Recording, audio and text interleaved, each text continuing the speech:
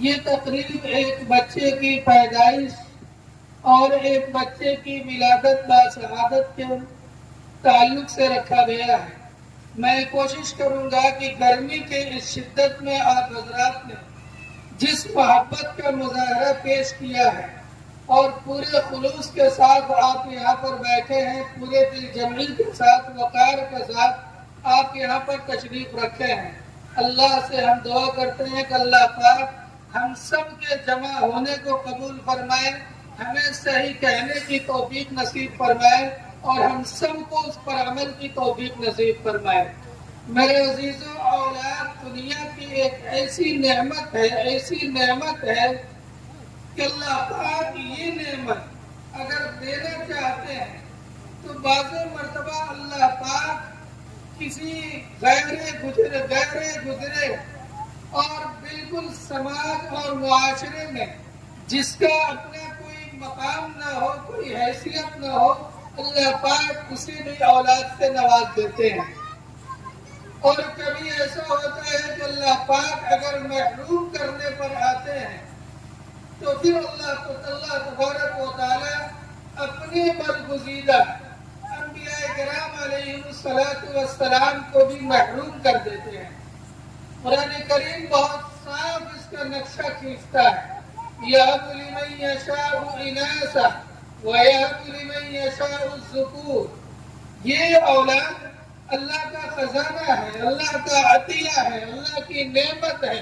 اللہ پاک یہ دولت جسے چاہتا ہے دے دیتا ہے، جسے چاہتا ہے بیٹی دیتا ہے، اور یزوجہم ذکرانا واناثا ویجعل من یشاء عقیما، اور اللہ جسے چاہتا ہے محروم کر دیتا ہے اور جسے چاہتا ہے اللہ دونوں ہی دے دیتا ہے۔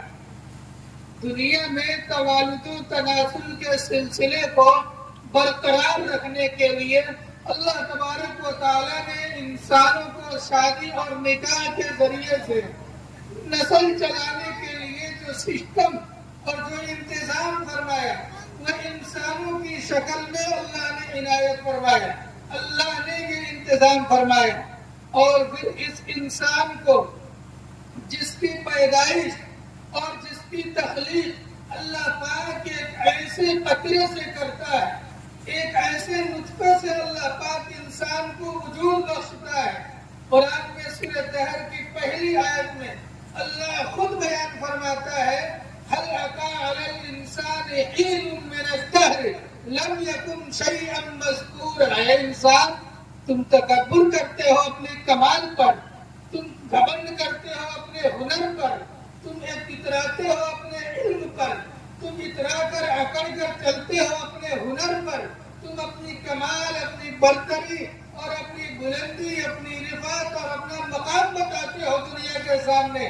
حقیقت یہ ہے کہ تم غور کرو اپنے تخلیق کے اندر کہ اللہ نے تمہیں کس چیز سے پیدا کیا ہے۔ اللہ کہتا ہے انسانوں، اللہ نے ایسے نطفے سے تم کو پیدا کیا ہے، اللہ نے ایسے نطفے سے ہم سب کو وجود بخشا ہے جس کا بھری محفل میں نام لینا بھی تم گوارا نہیں کرتے۔ بھرے سماج میں، اچھے مجمع میں اور اچھے انجمنوں میں، اچھے محافل میں جس کا نام لینا تم معیوب سمجھتے ہو۔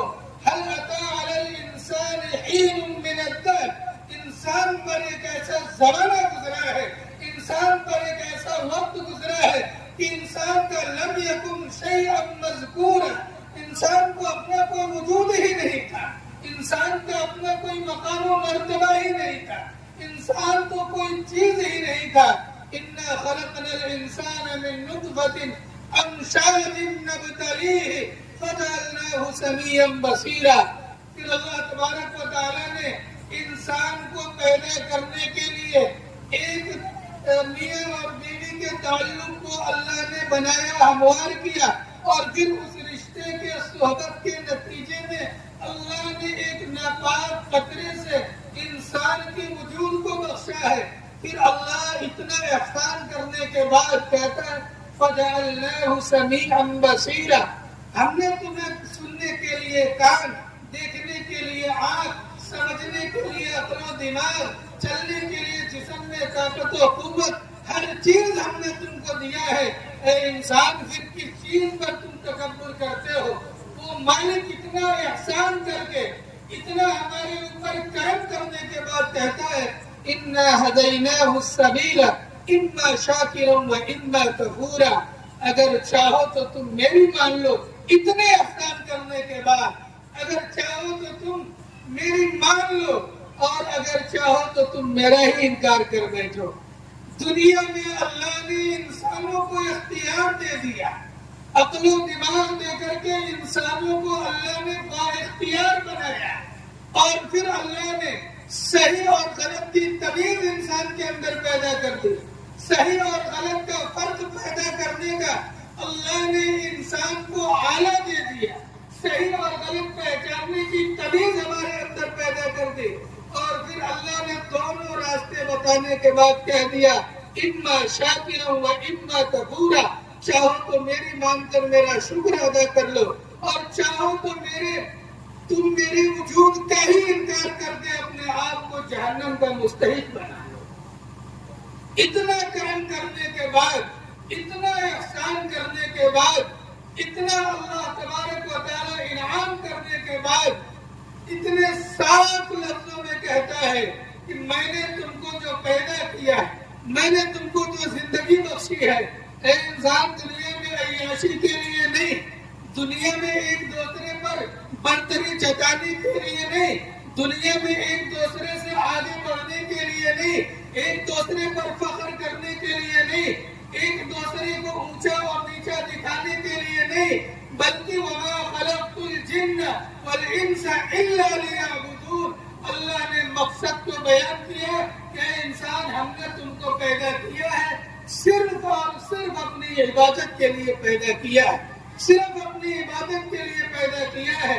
کہ انسان، اللہ تبارک و تعالیٰ قرآن میں بیان کرتا ہے الْحَاكُمُ التَّكَاثُرُ، انسان جب کسی لائق بنتا ہے تو پھر وہ ایک دوسرے سے آگے بڑھنے کی علم میں، عمل میں، ہنر میں، ذات و ذات برادری میں، مقام و مرتبے میں، اونچے بننے میں، گھر اور مکان، زمین و جائیداد، غرضے کی دنیا کی جتنی شکلیں ہو سکتی ہے، انسان یہ کوشش کرتا ہے کہ ہمارے ایک سے آگے بڑھ کر کے کامیابی حاصل کر لیں گے۔ اللہ کہتا ہے نہیں، کامیابی وہ نہیں ہے۔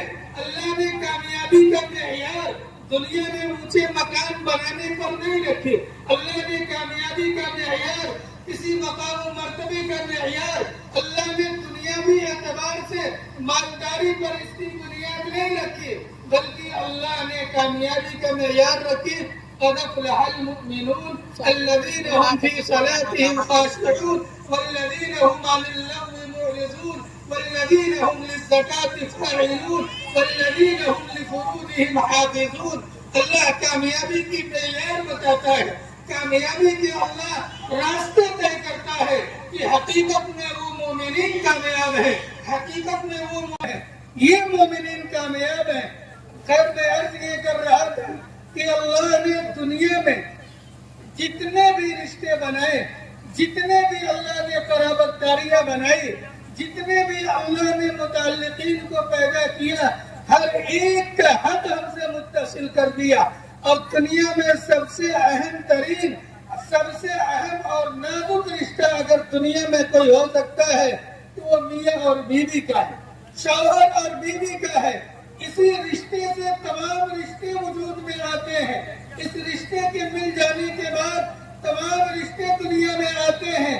پھر جب انسان کو اللہ رب العالمین اولاد کی نعمت سے نوازتا ہے تو پھر اولاد کا حق قرآن کریم بیان کرتا ہے، احادیث مبارکہ میں اولاد کا حق بیان کیا گیا ہے۔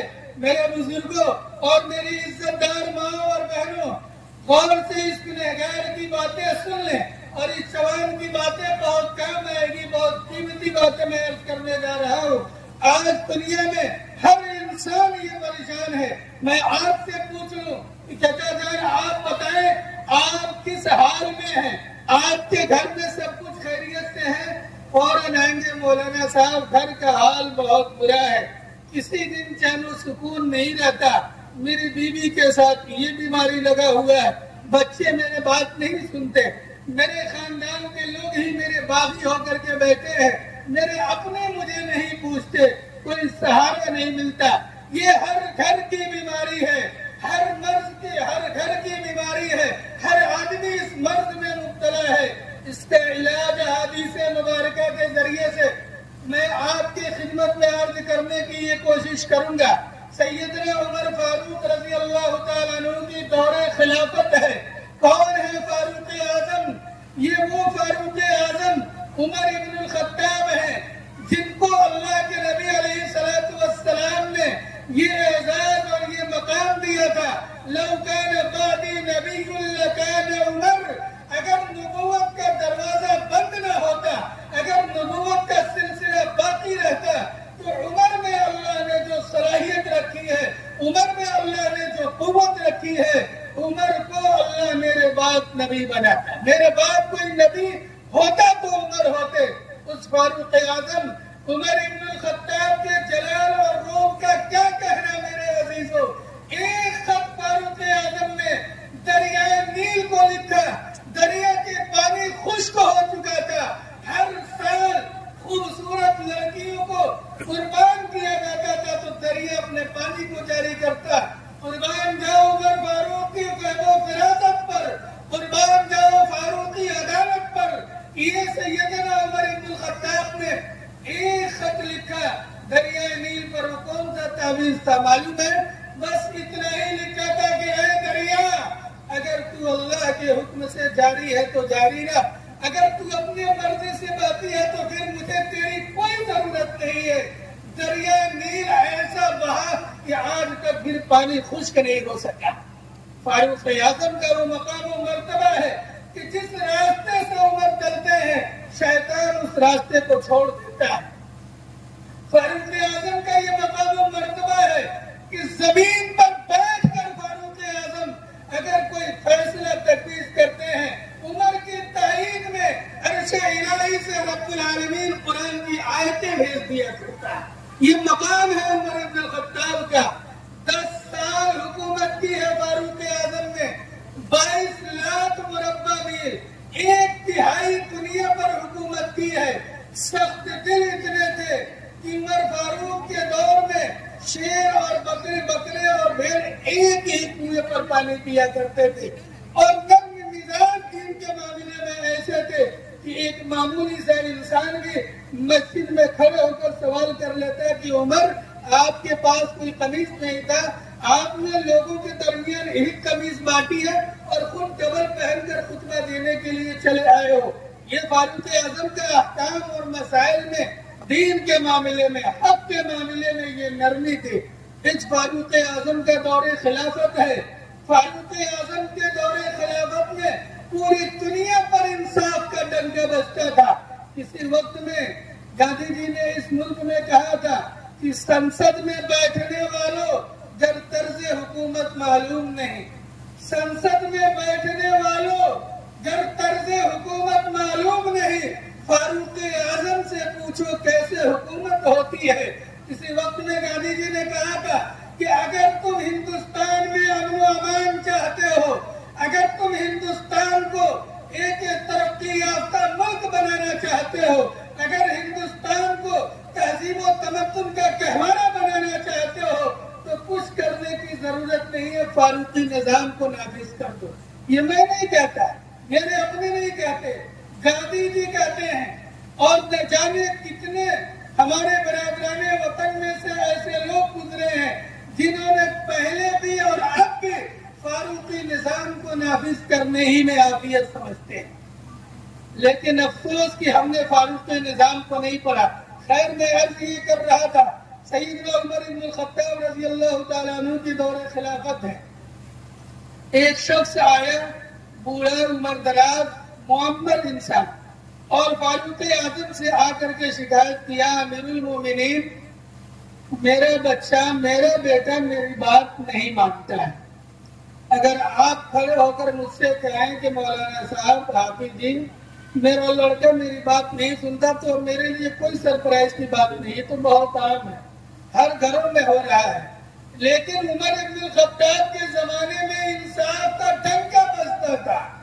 تعجب کی بات تھی، عمر ابن الخطاب کو حیرت ہوئی، تعجب ہوا کہ بھلا ایسا بھی کوئی لڑکا ہوگا جو اپنے باپ کی بات نہیں سنے گا۔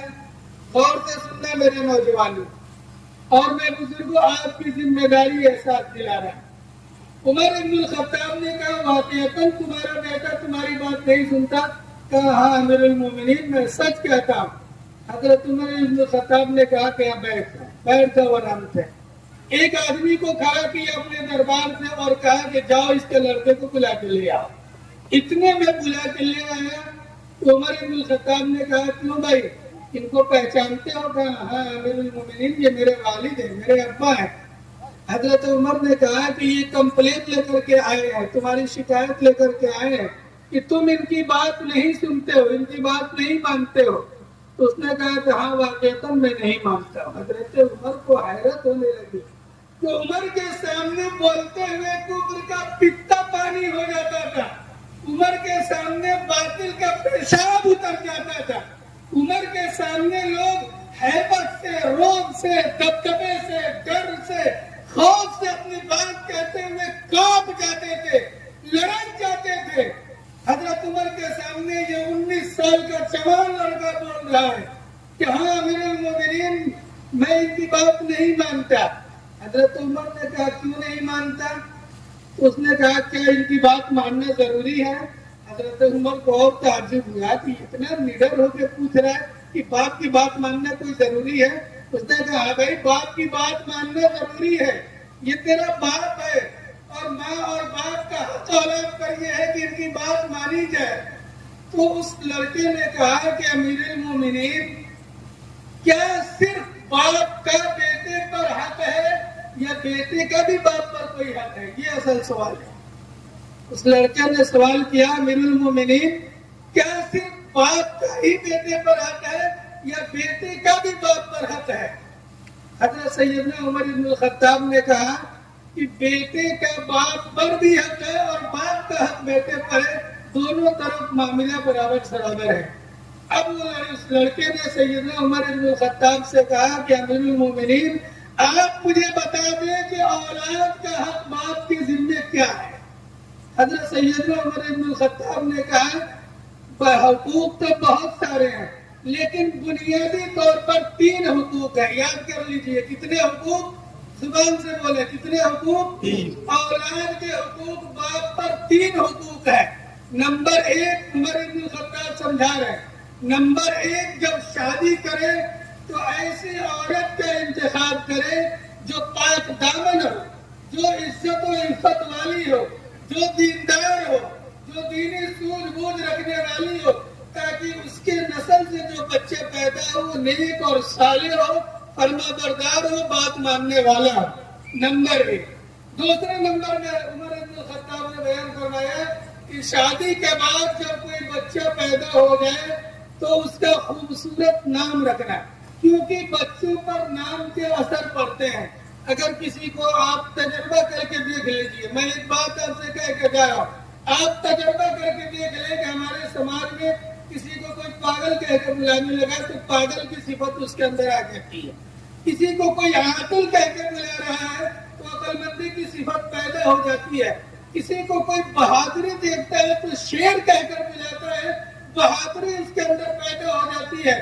اللہ کے پیارے حبیب جناب محمد رسول اللہ صلی اللہ علیہ وسلم نے ارشاد فرمایا احسنوا اسماءکم، کہ تم اپنے بچوں کے نام اچھے رکھا کرو، فإنکم تدعون الی یوم القیامة آبائکم وابنائکم، کیونکہ قیامت کے دن تمہیں پکارا جائے گا تمہارے ناموں کے ساتھ اور تمہارے آباء و اجداد کے ناموں کے ساتھ، اس لیے بچوں کا نام اچھے رکھا کرو۔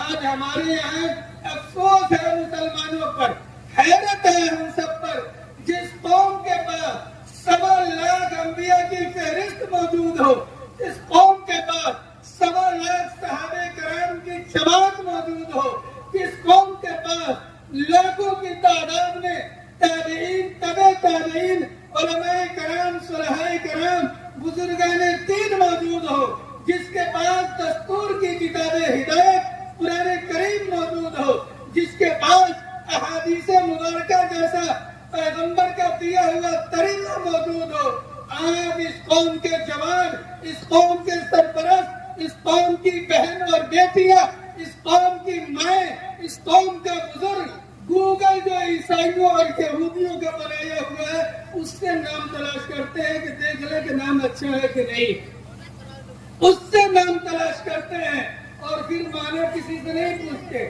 عالم دین سے معنی نہیں پوچھتے، نام رکھ دیتے اور جب بچہ بدماشی کرتا تو رات کے 11 بجے جا کر مسجد کا دروازہ کھٹکھٹائیں گے، امام صاحب بابو میرا سو نہیں رہا، چلیے تھوڑا دعا کر دیجیے۔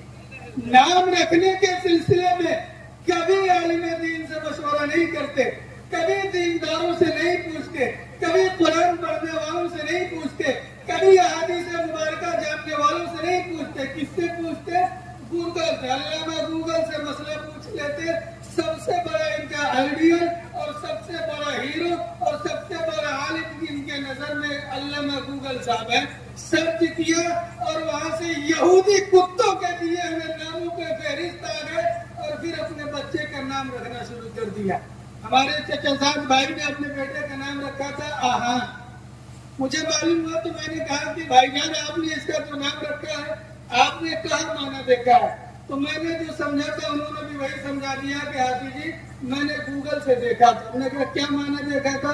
کیا گوگل میں لکھا تھا آہان کے معنی بلند مقام و مرتبے والا۔ انہوں نے کہا کہ آہان کے معنی آؤ حدیث رسول سے ہم بتاتے ہیں، آہان یوہینو کے معنی توہین کرنا، گستاخی کرنا۔ آہان کے معنی عربی میں آتے ہیں سب سے بدتمیز کلچر کا انسان، سب سے بد تہذیب کلچر والا انسان، سب سے ناشائستہ انسان، یہ آہان کے معنی۔ میں نے کہا پہلی فرصت میں اس کا نام ہٹائیں ورنہ زندگی بھر پریشان رہیں گے۔ ہر دوسرے تیسرے دن میرے پاس فون جاتا ہے کہ بابو کو یہ پریشانی، بابو کو وہ پریشانی۔ میں نے اچانک میں نام پوچھ لیا تو پہلی فرصت میں نام کو چینج کرایا۔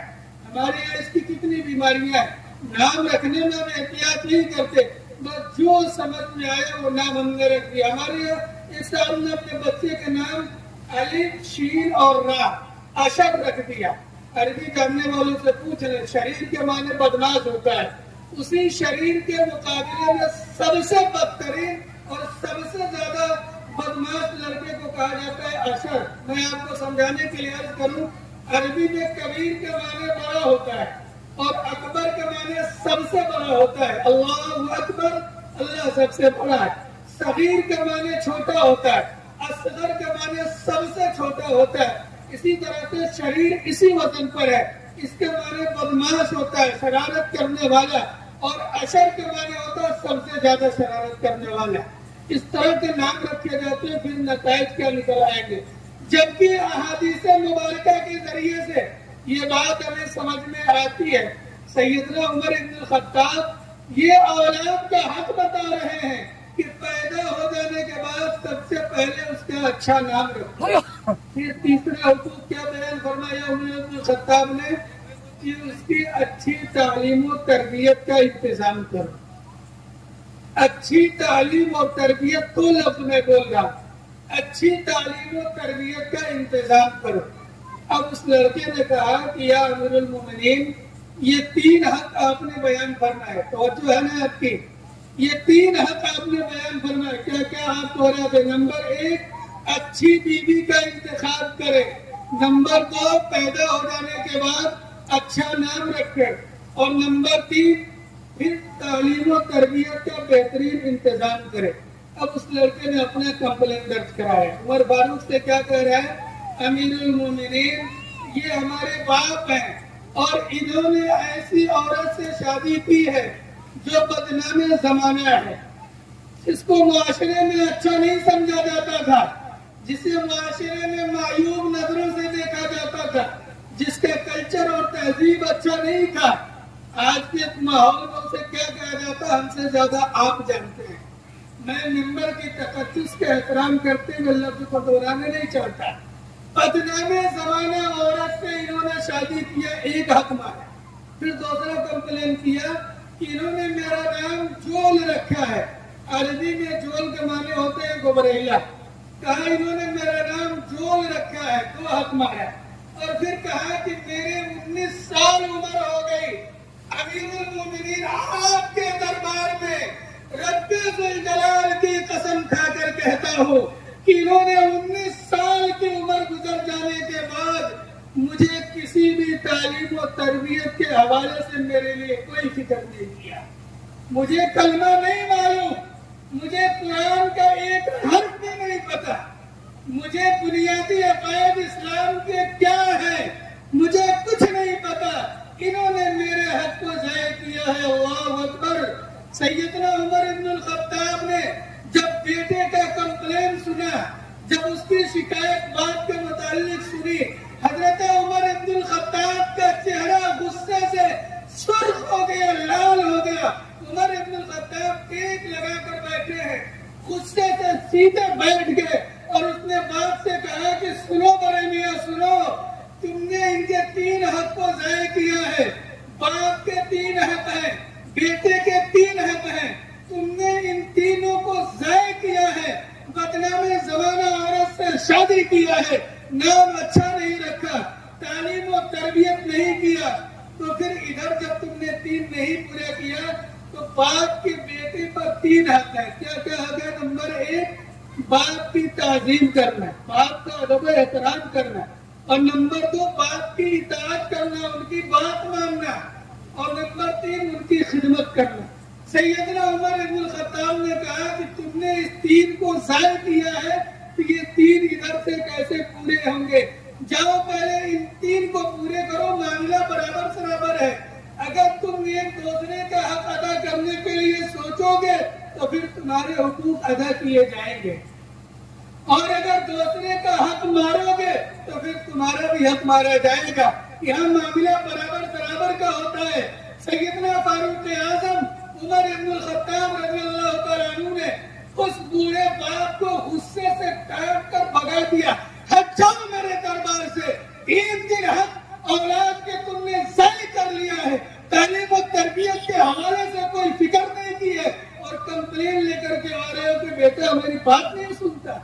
اس حدیث کے روشنی میں ہم اپنے ماحول کا، ہم اپنے سماج کا ہم جائزہ لے سکتے ہیں. ہمارے ماحول کا عکاسی کرتا نظر آتا ہے کہ آج ہم بھی پریشان ہیں، ہم بھی بے شمار پریشانیوں کا سامنا کر رہے ہیں.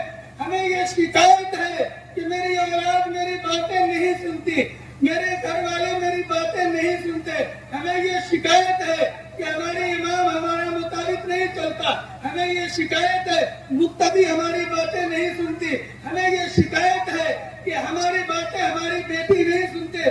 میرے عزیزوں ذرا سوچو، جب اللہ ہمارا ایک ہے، کعبہ ہمارا ایک ہے، قبلہ ہمارا ایک ہے، قرآن ہمارا ایک ہے، نبی ہمارا ایک ہے، قرآنی دستور ہمارا ایک ہے، برابر سرابر حقوق بیان کیے گئے. جب ہم ایک دوسرے کے حق کو ادا کرنے کی کوشش کریں گے اللہ پاک ہمارے حقوق کو ادا کرائے گا، اور جب کسی کے حق کو مارا جائے گا تو پھر ہمارے حقوق ادا نہیں کیے جائیں گے. جب اولاد پیدا ہو تو پہلی فرصت میں پیارے آقا حضرت محمد صلی اللہ علیہ وسلم کے سنت کو یاد کریں کہ میرے آقا نے اس موقع سے کون سا عمل انجام دیا تھا. آج کل تو ہمارے یہاں بچے سب سے زیادہ ہاسپٹل میں پیدا ہوتے ہیں، کان میں اذان تو دی نہیں جاتی، لیکن اس کا اہتمام وہ بزرگ اور وہ جوان کرتے بھی ہیں جو مسئلے کو جانتے ہیں، جو نہیں جانتے نہیں جانتے. لیکن عقائد سن کر کے جائے میرے بزرگوں، سنت کے مطابق اگر اپنے بچے کے پیدائش سے لے کر کے وفات تک یا تعلیم و تربیت کا جب ہم انتظام کریں گے تو آپ یقین مانے میرے بزرگوں بہت یقین کے ساتھ، بڑے اطمینان کے ساتھ میں دعوے کے ساتھ یہ کہتا ہوں، خدا کی قسم اللہ پاک دنیا میں وہ سکون دے گا آپ کو جو ہمارے اور آپ کے عقل میں نہیں آ سکتی. اللہ مجھے کیسا سکون دے گا. ہم تو یہ کہہ کر ٹال دیتے کہ کیا ہے، سنت ہی تو ہے. یاد رکھیں یہ جملہ اتنا خطرناک ہے، علماء جانتے ہیں یا دین جاننے والے جانتے ہیں کہ اگر سنت کو کسی نے حقیر سمجھ کر، کمتر سمجھ کر اگر سنت کو ترک کر دیا تو جائے مسئلہ پوچھ لے ان کا ایمان نہیں باقی رہتا.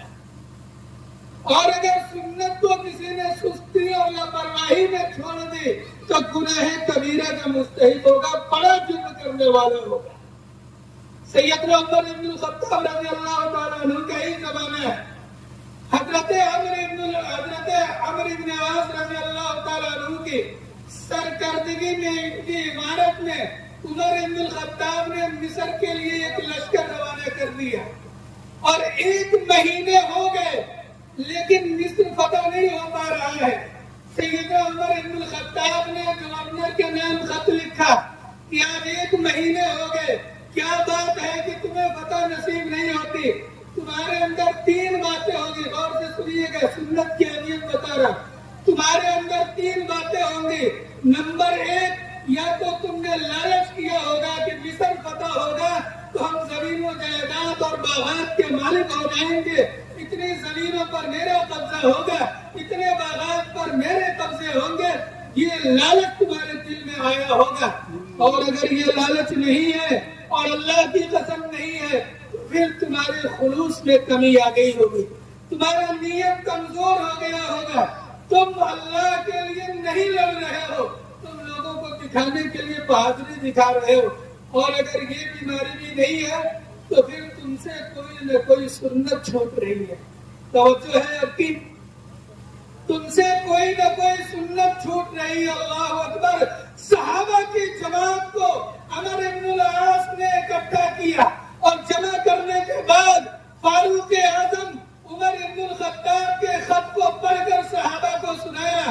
کہا کہ دیکھ لو، فاروق اعظم کا خط آیا ہے، صاف لکھا ہوا ہے کہ اگر مصر فتح نہیں ہو رہا ہے تو 3 بیماریوں میں سے کسی ایک بیماری میں تم مبتلا ہو. یا تو تمہارے خلوص میں کمی ہے، یا تمہارے دل میں لالچ پیدا ہو گیا ہے، یا تو تم میں سے کسی نہ کسی سنت کے چھوڑنے کے تم مرتکب ہو چکے ہو. سنت چھوٹ رہی ہے. صحابہ نے اپنے اعمال کا محاسبہ کیا، اپنے بیماریوں کو پکڑنے کی کوشش کی. صحابہ نے اپنے اعمال کو چیک کرنا شروع کیا اور چیک کرنے کے بعد اس نتیجے پر پہنچے کہ ہم لوگ 1 مہینے سے جنگ کرنے میں مصروف ہیں، مشغول ہیں، اور مسواک کی سنت ہم سے چھوٹ رہی ہے. مسواک کی سنت ہم سے چھوٹ رہی ہے. صحابہ نے اپنی بیماریوں کو پکڑ لیا اور گورنر سے کہا کہ عمر بن العاص، آپ فاروق اعظم کو یہ خط لکھ دیں کہ ہم نے مجموعی طور پر مسواک جیسی اہم سنت کو چھوڑ دیا جس کے متعلق میرے نبی نے ارشاد فرمایا، لولا ان اشق علی امتی لامرتہ بالسواک. اگر میری امت پر مشقت کا اندیشہ نہ ہوتا، اگر میری امت کو مصیبت میں پڑ جانے کا مجھے خطرہ نہ ہوتا تو میں ہر نماز کے وقت مسواک کو لازم قرار دے دیتا. اللہ کے نبی نے بیان فرمایا، السواک مطہرۃ للفم ومرضاۃ للرب. مسواک تو منہ کو صاف کرنے والی اور باری تعالیٰ کو خوش کرنے والی ہے. آج تو مسواک کی سنت مجموعی طور پر کیا عوام، کیا خواص، کیا مقتدی، کیا امام، کیا علماء، کیا عوام، کیا مرد، کیا عورت، کیا جوان، کیا بوڑھا، ہر ایک نے مسواک کی سنت کو آگ لگا دیا. اہتمام نہیں ہوتا ہمارے یہاں تو ٹوتھ پیسٹ چل گئے، برش آ گئے. میں اس کا انکار نہیں کرتا میرے بزرگوں کہ آپ برش کا استعمال نہ کریں، لیکن مسواک کا استعمال اپنے لیے لازم سمجھے کہ ضرور مسواک کو سنت سمجھ کر کے استعمال کرو. صحابہ نے اپنی بیماریوں کو پکڑ لیا. ذرا تھوڑی دیر کے لیے سوچے، ہم اور آپ ہوتے جنگ میں فتح نہ ہوتی، مقدمہ لڑتے ہیں، ہم اور آپ امام صاحب کو پکڑتے ہیں، کسی مولوی کو پکڑ لیتے، کسی حافظ عالم کو کہتے مولانا صاحب ایسا تعویذ بناؤ کہ 10 سال سے ہم مقدمہ لڑ رہے ہیں، مجھے بس سپریم کورٹ کے دروازے کھٹکھٹاتے ہی میرے فیصلے میں فتح ہو جائے. ایسا تعویذ دو کہ میرا پڑوسی اکھڑ کر کے بھاگ جائے. ایسا تعویذ لے کر کے آؤ کہ میرے فلاں سے جھگڑے ہیں وہ ان کے تہس نہس ہو جائے. یہ ہوتا ہے. اپنے اعمال پر نگاہ نہیں ہوتا، اپنے اعمال کا محاسبہ نہیں کرتے. صحابہ نے اپنے اعمال کو چیک کیا اور اعمال کے چیک کرنے کے بعد جائزہ لیا اور پھر مسواک کو پکڑ لیا. مسواک کو پکڑ لینے کے بعد صحابہ نے جب مسواک کرنا شروع کیا، دشمن کی ایک فوج میں سے کسی آدمی نے دیکھا تو جا کر اپنے فوج میں کہا کہ خبردار، آج مسلمانوں سے مقابلہ کرنے سوچ سمجھ کر کے جانا، بہت ہوش حواس میں جانا. ایسا لگتا ہے کہ مسلمان ایک مہینے سے فتح نہ ہونے کی وجہ سے غیظ و غضب میں ہے، غصے میں ہے، اپنی دانت کو چوک کر رہا ہے، رگڑ رگڑ کر اپنی دانت کو جیسے چھری تیز کیا جاتا ہے ایسے اپنے دانتوں میں دھار بنا رہے ہیں. آج مسلمان مجھے چبا جائیں گے، آج مسلمانوں کو فتح نہ ہوئی تو مجھے چبا کر نوچ لیں گے، کھا جائیں گے. جا کر دشمن کو بتایا. اب دشمن کے دل میں مسلمانوں کی خوف پیدا ہو گئی، مسلمانوں کا ڈر پیدا ہو گیا، صحابہ کا روب اور دبدبہ ان کے دل میں پیدا ہو گیا. اور جب لڑائی پر آئے ایک معمولی سی جھٹکے پر میدان چھوڑ کر کے بھاگے. میرے بزرگوں ذرا بتاؤ، ایک معمولی سی سنت کو چھوڑنے کی وجہ سے ہر بار شکست ہو رہی تھی، لیکن اسی سنت کو اپنایا. اس سنت کے اپنانے کے بعد پھر سے فتح نصیب ہو گئی. آج ہم میں سے ہر آدمی یہ چاہتا ہے کہ بس کسی طرح سے ایک آدمی کو اگر اللہ پاک خوشی دیتا ہے. یقین مانیے گا میرے بزرگوں، میرے مائی اور میرے ماں اور بہنوں، ایک مسلمان کا حال اخلاقی اعتبار سے یہ ہو چکا ہے کہ وہ اپنی خوشی میں اتنا خوش نہیں ہوتا جتنا کسی کے پریشانی کو دیکھ کر کے خوش ہوتا ہے. ایسا کہ میں غلط بول رہا ہوں؟ ایسا ہے. اگر آپ کے ہم ہو تو میں تو نہیں جانتا، لیکن میں بھی اسی بستی سے ہوں، اسی گلی کے خاک سے ہیں. ہم خاک اپنی یہی ملائیں گے، نہ بلائے ہم کسی کے آئے ہیں، نہ بھگائے ہم کسی کے جائیں گے. میں بھی یہی کرنے والا ہوں. مجھے بھی پتا ہے ہر ایک کے یہاں یہ مرض ہے کہ اپنی خوشی میں اسے خوشی نہیں ہوتی جتنا سامنے والے کے تکلیف دے کر کے خوش ہوتا ہے. ذرا دیکھ لیں سماج کا حال کیا ہے. حضرت خضر علیہ السلام کا آخری بات کہہ کر میں بات ختم کروں. حضرت خضر علیہ السلام سے ایک آدمی کی ملاقات ہو گئی. دیکھا کہ یہ بڑے پریشان حال ہے. خضر علیہ السلام نے کہا کہ بھائی بڑے آپ پریشان معلوم ہوتے ہو، بتاؤ کیا پریشانی ہے، اور جو کچھ مانگنا ہے مانگو، میں اللہ سے تمہارے لیے دعا کر دوں گا، اللہ تمہاری پریشانی دور کر دیں گے. اس نے کہا جی میں اپنی پریشانی کہتا ہوں. تو خضر علیہ السلام نے کہا غور سے سنیے گا، بہت دلچسپ لطیفہ نہیں ہے، حقائق ہے. حضرت خضر علیہ السلام نے کہا کہ جو کچھ بھی مانگنا یہ سوچ کر مانگنا کہ جو مانگو گے تمہارے پڑوسی کو ڈبل دیا جائے گا. آخری بات عرض کر رہا ہوں، جو کچھ مانگو گے تمہارے پڑوسی کو ڈبل دیا جائے گا. اب یہ سوچنے لگا کہ میں کیا مانگوں. ایک دن گزر گیا، 2 دن گزر گئے، 3 دن گزر گئے. تیسرے دن خضر علیہ السلام سے ملاقات ہوا. خضر علیہ السلام نے کہا کہ بھائی کچھ سوچا ہوتا ہے بتاؤ. کہا کیا میں کہوں، اگر ایک مکان مانگتا ہوں تو پڑوسی کو ڈبل ملے گا، مجھ سے آگے بڑھ جائے گا. اگر 1 لاکھ ایکڑ مانگتا ہوں اسے 2 لاکھ ملے گا. 1 بیگھا زمین مانگتا ہوں اسے 2 بیگھا ملے گا. میں تو ٹینشن میں پڑ گیا ہوں، میں کیا مانگوں. خضر علیہ السلام نے کہا تیسرا دن ہے، مانگو اگر مانگنا چاہتے ہو، نہیں تو پھر یہ گھڑی ختم ہو جائے گی. اس نے کہا کہ آپ اللہ کے دربار میں جاتے ہیں، اللہ کے مقرب ہیں، بس آپ ہاتھ اٹھا کر اللہ سے یہ دعا کر دیں کہ اللہ میری ایک آنکھیں پھوڑ دے. خضر علیہ السلام سے کیا کہا، اللہ میری ایک آنکھیں پھوڑ دے. کہا بھائی یہ کون سی دعا ہے. کہا کہ میری تو ایک پھوٹے گی، ایک سے تو کام چلا لیں گے، لیکن سامنے والے کی تو دونوں پھوٹے گی، وہ ہم سے زیادہ ہی پریشان رہے گا. حال ہمارے سماج کا ایسا ہی ہے. حال ہمارے سماج کا یہ تو سماجی اعتبار سے بتایا، اور تعلیمی اعتبار سے مفتی حنیف جونپوری رحمۃ اللہ علیہ بڑے عالم دین گزرے ہیں، شیخ الحدیث گزرے ہیں. ایک واقعہ لکھا کہ ایک جگہ کہیں پر بارات گئے، دولہا بڑا نیک تھا، مسجد میں نماز کے وقت چلا گیا، وضو کرنے لگا. اس گاؤں میں کوئی نماز نہیں جاتا تھا. لوگوں نے دیکھا وضو بناتا، کہا رے یہ مینٹلی ڈسٹرب آدمی لگتا، بھی ٹھیک ٹھاک تھا، کبھی ہاتھ دھل رہا ہے کبھی پیر دھل رہا ہے. اب مسجد میں جا کے نیت مان کر جب نماز پڑھنا شروع کیا تو لوگوں نے آپس میں بات کرنا شروع کیا، اور پورے بستی اور محلے کے لوگ اکٹھا ہو گئے. ارے یہ تو صاحب گاڑی میں ٹھیک بیٹھ کر آئے تھے، دولہے بن کے آئے تھے، سچ دھج کر کے آئے تھے، اور ان کو تو پتہ ہی نہیں ہے دیکھو کیا ہو گیا. کبھی اٹھ رہے ہیں، کبھی بیٹھ رہے ہیں، اور کبھی جھک رہے ہیں. ان کو کیا ہو گیا ذرا پوچھو. جب باہر نکلے مسجد سے پوچھا آپ کو اتنا پریشان ہے کیا ہو گیا، آپ کو بتائیں ہمارے یہاں ڈاکٹر ہیں، اچھا ہاسپٹل میں علاج کرا. انہوں نے کہا ہم نماز پڑھ رہے تھے، اللہ کی عبادت کر رہے تھے، کہا کہ اللہ کی عبادت کیا ہوتا ہے؟ کہا نماز نہیں پڑھو گے اللہ ناراض ہوگا تو تمہیں سزا دے گا، رسول ناراض ہوگا تو اللہ رسول کے ناراضگی کی وجہ سے تمہیں سزا دے گا۔ ان لوگوں نے کہا کہ بھائی تمہیں پریشان ہونے کی اور اتنا ڈرنے کی ضرورت نہیں ہے، ہمارا گاؤں پٹھانوں کا ٹولی ہے اور ہم یہاں لاٹھی ڈنڈے سے بات کرتے ہیں، ہمارے یہاں گھبراؤ نہیں، نہ میرے یہاں کوئی اللہ ہے نہ میرے یہاں کوئی رسول ہے، بس آزادی کی زندگی گزرتی ہے، آزاد رہو، یہاں کسی اللہ اور رسول سے ڈرنے کی ضرورت نہیں ہے۔ یہ تعلیمی اعتبار سے ہمارا اور آپ کا حال ہے۔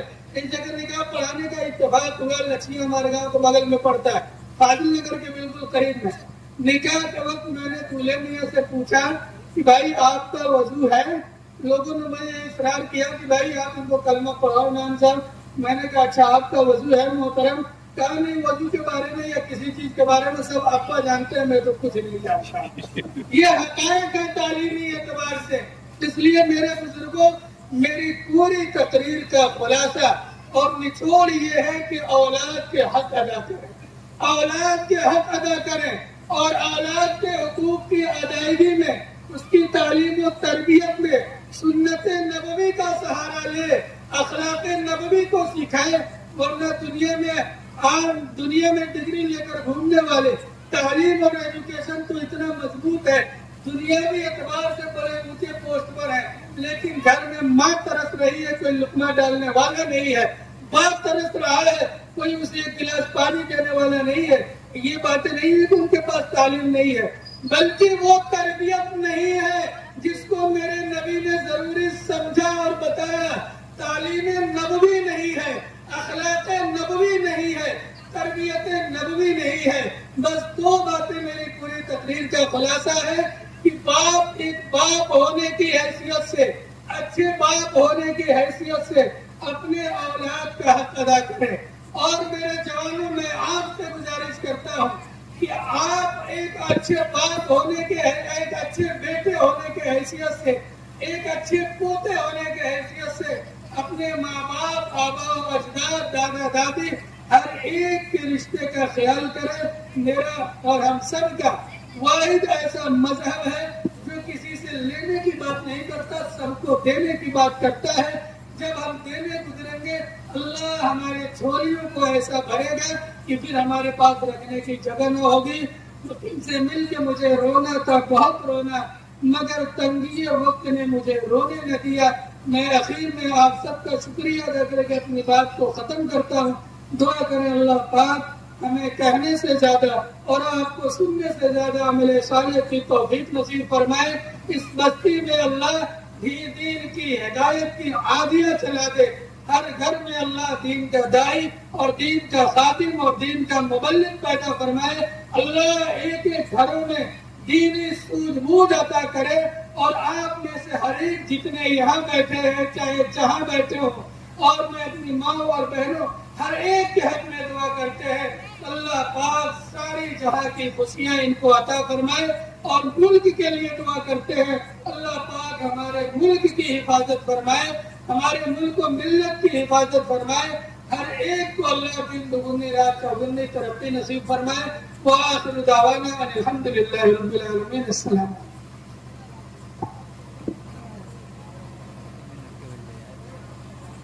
علیکم۔